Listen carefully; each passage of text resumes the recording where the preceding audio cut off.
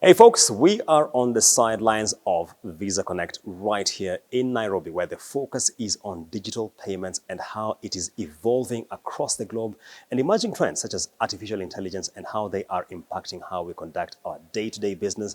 We want to delve into this detail and to see how the landscape looks like across the continent, and we're privileged to have the head of Eastern and Southern Africa at Visa, that is Mr. Michael Berner. Welcome on set. Thank you very much, Julian. Happy to be here. Glad to have you here.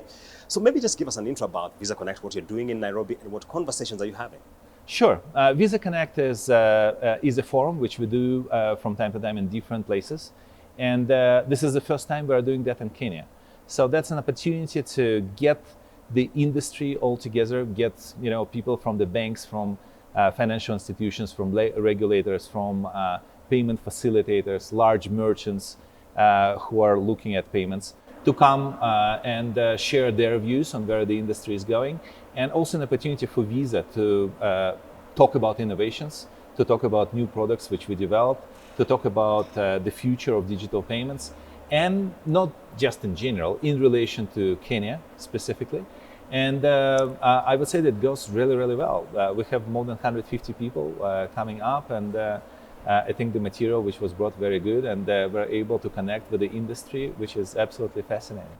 And you cover a very broad spectrum, Eastern and Southern Africa, well over 20 markets. It is not homogeneous. What you find in Kenya is not what you find in South Africa. How do you assess the lay of the land? What are some of the issues which are emerging that stick out for you? Definitely, South and East Africa is a group of markets which are developed from financial services perspective in uneven way. So there is Kenya, which is quite far ahead of many other markets. There are markets which are just developing. So, but for us, we're looking at uplifting everyone everywhere. So that's what Visa is for. So we're looking at bringing technology to a level which market needs. So for Kenya, we're talking about tokenization, which is a very big element of future payments. Without cards and payments being tokenized, many new technologies we would not be able to implement. But for some other markets, we're talking about basics. Getting the settlement right, getting the debit cards issued, going a little bit towards a credit card story, and things like that. So it's uneven, but we do have a growth story and growth strategy for every market, irrespective how advanced the market is.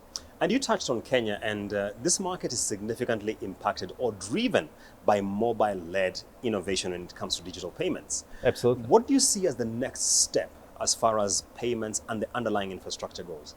Totally. And Julian, I think you're totally right. You're spot on.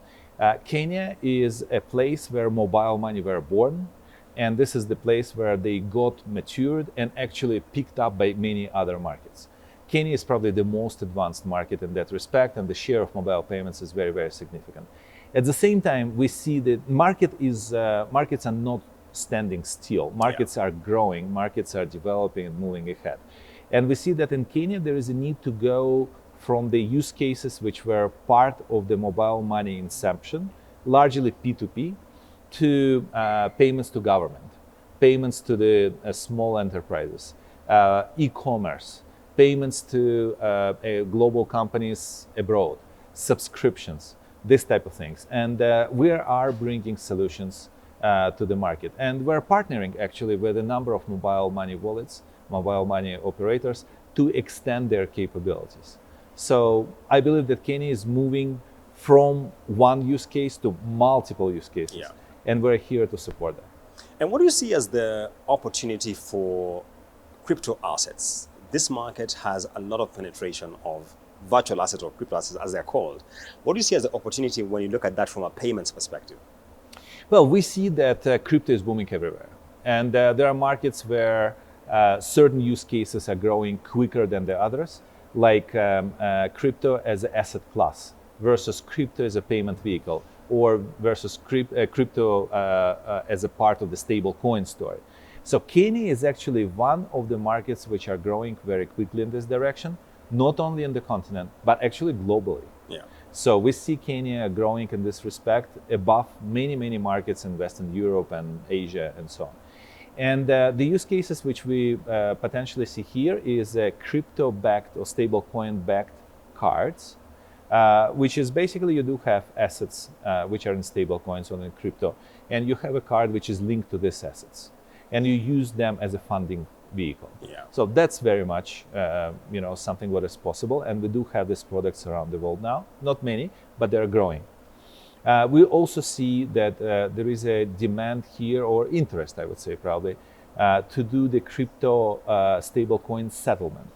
So settlement between the banks, settlement between Visa and the banks, and that would actually improve a number of dynamics. So first of all, crypto coin settlement is almost 24/7, while the normal settlements, obviously banking hours, Yes. and holidays and batches for certain banks and so on. So here you can leapfrog this type of infrastructure with something what is working 24/7, and through the blockchain ledger is very transparent from a security standpoint. Yes. So we do see many things coming up with stablecoins, and our senior leadership is investing quite a lot of time and effort in order to bring stablecoin and overall crypto asset play into the Visa rails. Is that something which you would say you are considering to pilot, or already piloting within this market or any other within East Africa? Well, we talk to many banks. I would probably not able to disclose. We talk to many banks. We talk to regulators. We talk to merchants about bringing crypto-back cards and also crypto settlement. Not only in Kenya, but in other markets. And it's not a secret that in the continent, there are many countries which are experiencing shortages of FX liquidity. And for these markets, settlement in stable coins is actually a great solution. Because it doesn't undermine the FX position of the country, doesn't really bring tough choices for the central bank, whether they should fund the import for the country or they should fund the foreign currency purchases which their consumers made in the country. Stable coins actually solving for that. So we see that being adopted more and more, and I would say when we talk next time in 6 months or 9 months, you would see significant progress in that. One other thing about payments in the present era is that the volumes are significantly high, the complexity is equally high, the cyber threats are quite significant. How does Visa ensure you stay ahead of the curve in light of that? Trust is the major element of ecosystem. Without trust, payments would not just flow through. So making sure that the trust is always at a very high level, not undermined by anything, is our top priority, above everything else. And we as a company invest billions of dollars into security and cybersecurity tools in order to, first of all, make sure that our ecosystem is fully protected, so that the consumers, banks, governments are not experiencing any sort of issues coming from that, but also providing them with the tools they can implement in their own turf, in their own bank, in their own security system. We do have a number of tools, we do have a number of products, they constantly evolve. And now with AI, you can do actually a lot more. Visa using AI for many years. So AI became a fashionable thing probably about 3-4 years back, but Visa is using AIs for decades, because we do have large number of data, large amount of data, and to structure this data, you have to have AI. There is no other way.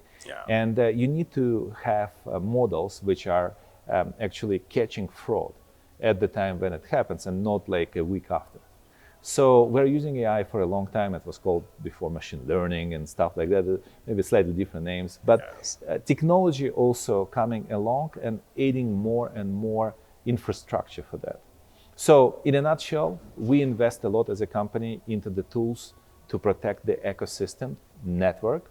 We invest into the new products and solutions for our clients in order for them to deploy these tools and make sure that their clients, their funds, their data is securely stored.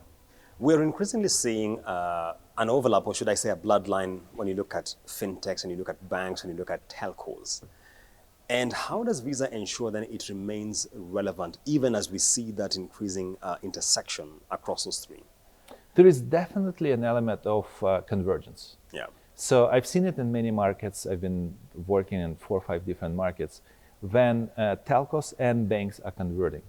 So when the banks are becoming actually telco providers to an extent, they do provide certain solutions which telco normally provides, or telcos providing financial services. That happens around the world. We at Visa, we work equally with everyone. So we work with MNOs, some large global MNOs are our partners for many, many years. We work with financial institutions. We work with fintechs. We work with payment facilitators. That's the fintechs who are working on a range of acceptance solutions. We work with large merchants.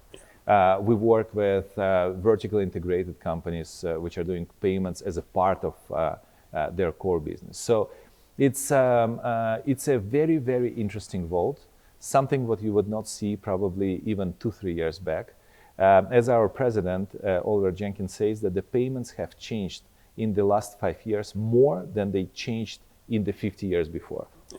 So we see absolutely amazing change happening every day of every month. And we work with everyone. We are open architecture network.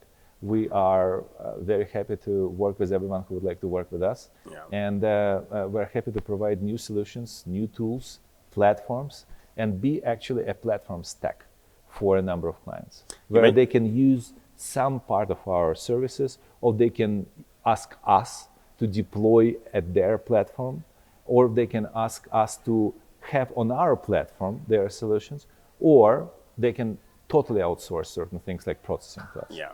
So it's all depend on the client needs.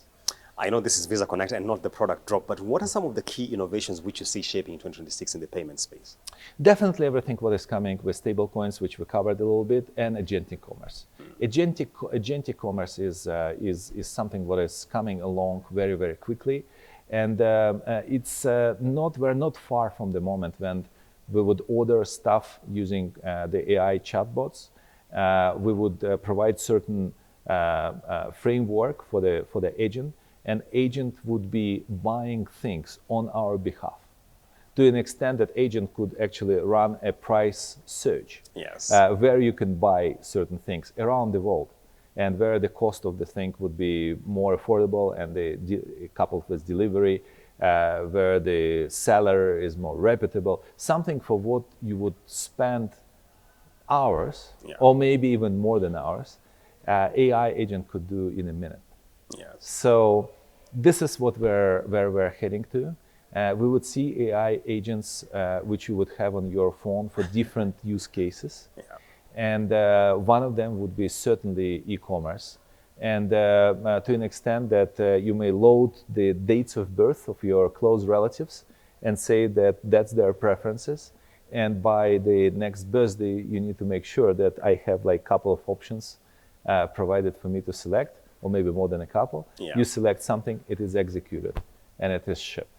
So that's how the future looks like. Michael, you know, one of the things which I often get whenever we talk about payments is the perception that Visa is for extremely formalized economies. When you come to an economy like Kenya, or broadly Africa, which is vastly informal, that they should be having a challenge when it comes to the last mile, if I could put it that way. How do you navigate this terrain? Oh, this is something what we see as a bread and butter for us. And trust me, Africa is not the only continent where there is a significant informal economy. You look at Latin America, you look at a significant part of Asia. Informal economy is everywhere. And we do have certain tools, and we do have certain products and overall mindset towards enabling informal economy. So what we do is, first of all, something what we call low-cost acceptance. Yeah. And that includes devices, which are far cheaper than the standard POS device, which you would see in the restaurant or in the hotel. That includes also lower fees. That includes special interchange fees. That includes overall, basically making cost of acceptance for the small merchant who has maybe a mom and dad shop, yes, or maybe 2 shops, very much affordable. And not only affordable, but also he would be able to deploy the solutions which would be helping him or her to get the payment straight away. So that's this low-cost devices, but also something what is designed and called tap to phone. Last year, we turned 200 million devices connected to tap to phone infrastructure, which basically converts every phone to an acceptance device. You have an app, and then someone comes with a card, which should be enabled for the cashless transactions. For the contactless transactions, and the card would be accepted in this location. And we see that the amount of transactions is growing exponentially. So this is something, what is designed for the informal economy. There are many other things. We're looking at same-day settlement, because if you have a small store, you need to replenish your stock all the time. You cannot wait for 3 days. Yeah, you cannot wait for 3 days to get money reimbursed. So we're working on getting this instant, using different rails, and not necessarily, we're open company. It could be not necessarily Visa rails as well. So we're open to everybody. As we wrap up our conversation, Michael, the thing is, would you say that Kenya still holds the position of a benchmark or yardstick in digital payments? Increasingly, whenever we have that conversation, I get challenged by peers across the region, but you don't have QR payments, you don't have XYZ. What's your assessment? Look, I would say that Kenya definitely was on the front line of the digital innovations, and probably still is relative to some markets, but things are not standing still. We need to move together to implement new solutions. And the key one, which I was talking from the stage, is tokenization. On tokenization, the cards being tokenized and the transactions being tokenized, Kenya is still pretty far. It's just 13% of the transactions. And I brought an example of Georgia, which is a pretty small country in ex-Soviet Union in Caucasus, which is 98% transactions tokenized. In many countries, it is 50, 60, 70%, and the growth is very visible. We need to get Kenya there. And as I said also, we need to look at more use cases. We need to see how the card is accepted for the state services. For whatever government provides and the consumer needs to pay, it should be card acceptance, it should be digital payment acceptance, by default. Then we need to look at small business, we need to digitize informal economy for sure, and we need to bring more and more tools for Kenyan consumers to be globally connected.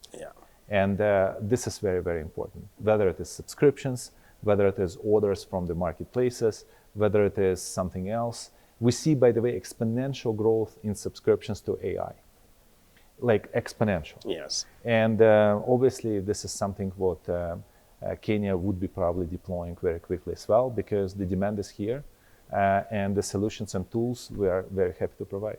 But how do you explain the fact that on the one hand, we seem to have a lot of appetite for virtual assets, crypto, and all the rest, and on the other hand, we seem to be lagging behind on this critical element of tokenization? Technology. I think it is technology. I think it is mindset, and I think it is sort of understanding on why this is so important. I think this understanding is coming now to the CEOs of the largest clients. Obviously, technology is always a challenge because there is a big backlog, always items to be prioritized for tech development. But tokenization should be coming there. We used this opportunity, first of all, to bring from the stage a need for tokenization, not because Visa wants it, because you need it. And we discussed that with a number of clients. So we expect that large token players, token requesters, how we call them, Apple and Google, are coming here. That would stimulate banks to come over. I was in the country, I'm originally from Russia, I was in the country when Apple Pay came there. And the moment you are not tokenizing your transactions and not allowing Apple Pay to be used, you start losing clients. So that's what is very important for all the clients here. As we wrap up, Michael, what are some of the key take-homes from the Visa Connect which you think we should have a laser focus on? I would say definitely looking at future of payments, which came now. I was talking about 6 trends which are there, and I think all of them are very, very important. Which are the 6? You've already mentioned, one of them is card being redefined. Card is still in the center of the transaction, but the way the card is used or the card is equipped with the features is radically changing. So card redefined, hyper-personalization. It's no longer a luxury, it's like a day-to-day should be day-to-day business. Hyper-personalization is required, especially for Gen Z, because Gen Z are expecting very tailored approach to them. They are not one-size-fits-all type of clients. Yeah. So personalization, data-driven marketing, data-driven sales process, and just data-driven approach to manage your business. Data is now in the center of everything, and the approach to data and usage of data is becoming more and more important. For sure, security, and making sure that you are staying always ahead of the new trends in fraud, because fraudsters are not also they're not sleeping. Yes. Yeah, they're not sleeping. They are also investing in infrastructure. They're also bringing new technology, and we all need to be ahead of them. And then it is, of course, what we discussed: stablecoins and agentic commerce. So that's are the 6 distinct trends, and my strong recommendation to all players in financial ecosystem in Kenya to look at that and make sure that you have appropriate level of ambition and investment to go and pursue these opportunities. We've been having a conversation with Mr. Michael Berner from Visa. He heads up Eastern and Southern Africa, focusing on the digital payments landscape and evolving trends, especially how artificial intelligence is impacting how we conduct our commerce. Clearly, I mean, the revolution is quite here with us, and we shall keep on focusing on these issues to bring in the latest as and when it happens. So keep it Business Redefined.